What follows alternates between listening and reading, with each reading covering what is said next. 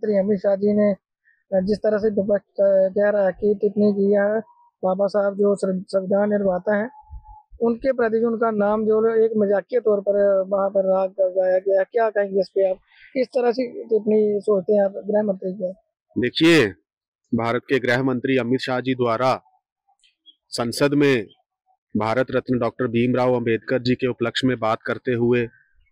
जो उनके द्वारा आपत्तिजनक शब्दों का इस्तेमाल किया गया है, मैं कड़े शब्दों में उसकी निंदा करता हूं। On being such a post, उनको इस चीज का ध्यान रखना चाहिए कि उस महान शख्सियत के बारे में जिन्होंने भारत के संविधान का निर्माण किया, जिनको भारत रत्न से नवाजा गया है,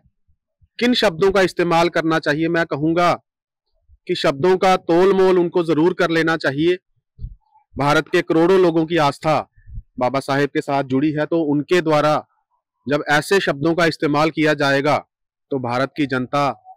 की भावनाओं के साथ जो उन्होंने आघात किया है, मैं सबसे पहले तो ये कहूंगा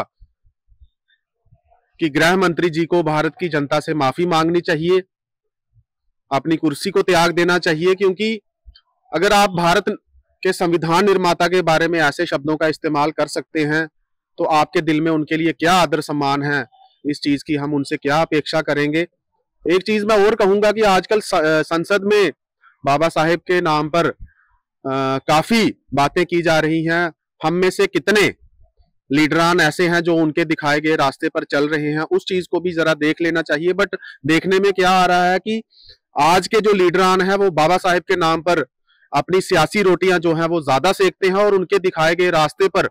बहुत कम चल रहे हैं। तो मैं ये चीज जरूर कहना चाहूंगा कि एक तरफ गृह मंत्री जी भारत की जनता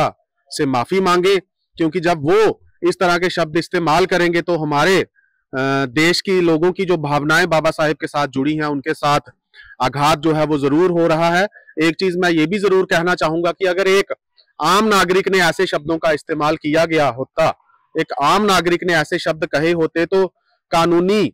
व्यवस्था के तहत उनके खिलाफ क्या कार्रवाई होनी थी वो आज तक हो गई होती। तो अगर उनके खिलाफ कोई कार्रवाई नहीं की जा रही तो इसका मतलब यही है कि वो भारत के गृह मंत्री हैं, तो इसीलिए वो कुछ भी कह सकेंगे। तो एक तरफ से मुझे इस चीज का बहुत खेद है कि उनको अपनी पोस्ट की सेंसिटी जो है वो बनाए रखनी चाहिए, और संविधान निर्माता के बारे में जब भी कोई टिप्पणी, चाहे वो गृह मंत्री हो चाहे वो कोई भी देश का लीडरान हो, वो आपत्तिजनक शब्दों का इस्तेमाल ना करे, ताकि बाबा साहेब की जो गरिमा है, जो हमारे संविधान निर्माता की गरिमा है, जो हमारे देश की गरिमा है, वो मेंटेन रहे और किसी की भी फीलिंग्स को जो है वो हर्ट ना किया जाए। तो कि खासकर 70% जो दलित समाज है उनको भगवान के रूप में मानते हैं, तो उनका भी कहीं ना कहीं गृह मंत्री के खिलाफ रोष है, तो इस पे क्या कहेंगे? उनको किस तरह से सेटिस्फेक्शन देंगे आपके आने वाले दिनों में? क्या गृह मंत्री माफी मांगेंगे? देखिए, दलित समाज की अगर मैं बात करूं तो दलित समाज के जीवन में बाबा साहेब का एक बहुत बड़ा रोल रहा है। वो कैसा वक्त होगा जब दलित समाज को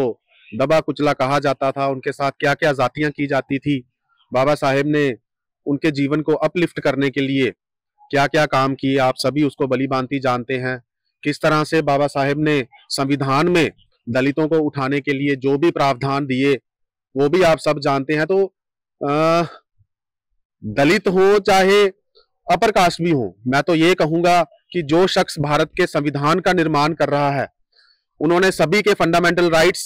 सभी की फंडामेंटल ड्यूटीज जो हैं वो उसमें अच्छी भली भांति उन्होंने डिफाइन की गई हैं। हमारे क्या हक हकूक हैं, चाहे कोई गरीब है, कोई अमीर है, कोई अपर कास्ट का है, कोई लोअर कास्ट का है, हर इंसान, हर एक भारत का नागरिक जो है वो संविधान के तहत कानून के अधीन है, कानून के नजरों में बराबर है। हाँ, ये चीज जरूर है कि हम उनके दिखाए हुए रास्ते पर कम चलते हैं और अपनी सियासी रोटियां ज्यादा सेकते हैं। कहीं ना कहीं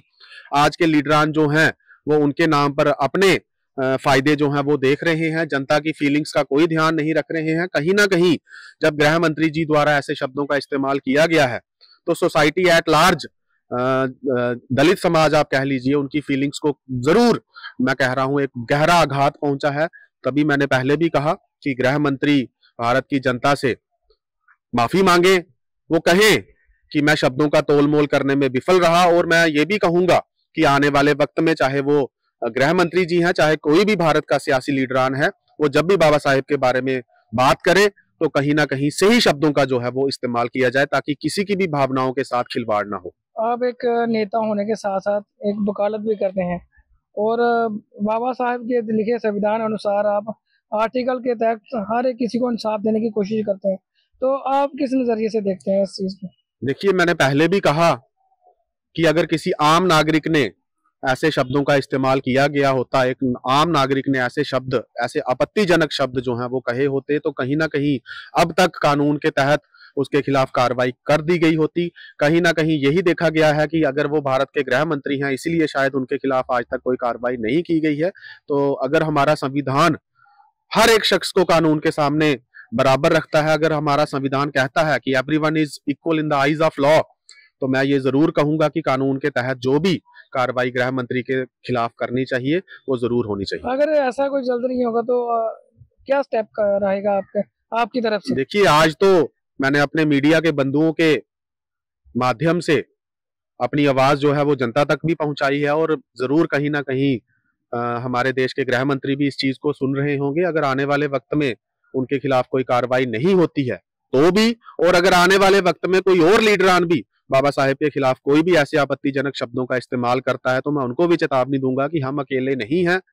हमारा देश, हमारे देश के करोड़ों लोगों की भावनाएं, उनकी आस्था